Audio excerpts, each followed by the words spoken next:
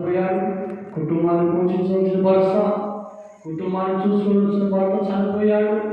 పిల్లల భర్త చనిపోయాడు, కుమారుడు చూసుకున్నాడు, కుమారుడు కూడా చనిపోయాడు. ఆయన దిక్కేవు లేక అనాథ అని చెప్పి ఏడుస్తా ఉంటే పిల్లల ఆయన కన్నీళ్ళు దేవుడు చూశాడు. పిల్లల హల్లెలూయా.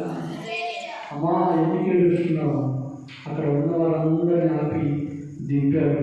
ఇక్కడ దింపనంటే ఇతడు చనిపోయాడని చెప్పి అందరంటే అని చెప్పి పిల్లలు యేసు ప్రభు అక్కడికి వెళ్ళి ఆ నిద్రలో పిల్లలు చనిపోయిన పాడలు ఉంటే కానీ పిల్లలు లేచి నిలిచాడు. పిల్లల హల్లెలూయా. 11 వచ్చి వెంటనే ఆయన ఒక ఊరికి వెళ్తుండగా ఆయన శిష్యుడు బాబు జనసమూహం ఆయనతో కూడా కూర్చుంటుంది. ఆయన ఊరి గమనకు వచ్చి చనిపోయిన ఒకడు వెలుపడికి మోసుకొని పోచులను, అతని తల్లికి అతడు ఒక్కడే కుమారుడు, ఆమె విధవరాలు. ఆ ఊరి జనం అనేక ఆయనతో కూడా వదిలి ప్రభు ఆమెను చూసి ఆమె కనికరపడి ఏడవద్దని ఆయనతో చెప్పి దగ్గరకు వచ్చి పాడు ముట్టగా భోజన వారు తెలిసి ఆయన చిన్నవాడా లెమ్మని నీతో చెప్పుచుండగా ఆ చనిపోయేవాడు లేచి కూర్చుని మాట్లాడసాగాను.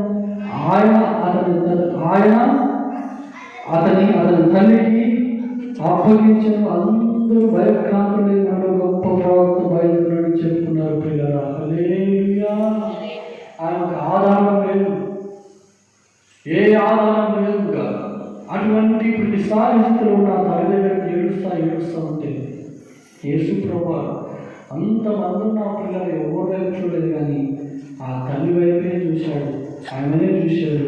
అమ్మా నువ్వు ఏడవద్దని చెప్పి చనిపోయిన కుమారుడు లేవు ఆ తల్లికి చెప్పాడు. పిల్లల ఆ తల్లి హృదయం అంతా ఇంత సంతోషంగా దేవుడు నా ఎడల నా కన్నీటిని తుడిచాడు, నా గుడ్డలను వేదన తొలగించాడని చెప్పి ఎంత సంతోషించాడు. పిల్లల ఓ సో